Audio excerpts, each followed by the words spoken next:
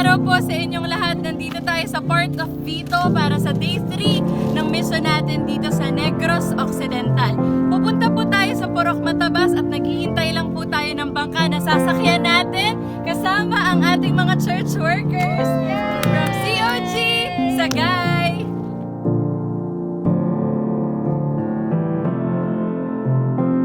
And during that mission, sabi nga dyan sa verse 22, sabi dyan, immediately Jesus made His disciple get into the boat and go before Him to the other side. Alam niyo po, nung pinagbubulay-bulayan ko to, nung akin tong inaharal, sabi ko, bakit kaya pinauna ng Panginoon ang kanyang mga disciple at bakit di siya sinamahan dun sa boat? Alam niyo kung bakit? Nung nabasa ko yung verse 22, meron palang ginawa si Lord. Anong ginawa ni Lord? So Jesus sent the crowd away, and after that, He went up to the mountain alone to pray. Nag-intercede pala siya. I'm not scared of the dark no more. I'm not running away like I did before. I will bend, I will break for love. I'm not scared, I'm not scared. What praise and worship means in Hebrews, the word is Judah. Judah is the frontliner when it comes to a battle. All my bones know their strength. I'll be brave and draw the breath of the world from my veins. Fall into grace. All the light inside me says I was born to find a way and face unafraid.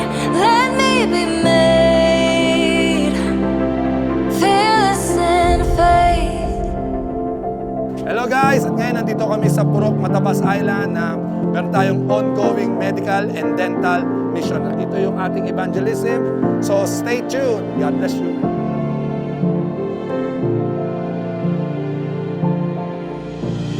All my bones know their strength. I'll be brave and draw the breath of the world from my veins. Fall into grace. All the light inside me says, if there's love, there is a way to face unafraid. Let me be made fearless in. Praise report po, tapos na ang Day 3 ng Negros Occidental Mission dito sa Purok Matabas. In total, we have served 188 medical patients and 49 dental patients. Sa lahat-lahat po, nakapag-serve po tayo ng 237 beneficiaries. Patuloy nyo kaming samahan at ipanalangin para sa last day bukas ng Medical and Dental Mission. Thank you and God bless everyone.